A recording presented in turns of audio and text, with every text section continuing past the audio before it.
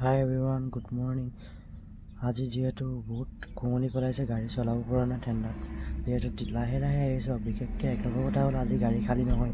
যিহেতু ঘৰত যাব পাম ন, মনটো বহুত খুচ। আৰু এক নম্বৰ কথা, তিনিদিনলৈ গাড়ী খালী নহয় বোলে।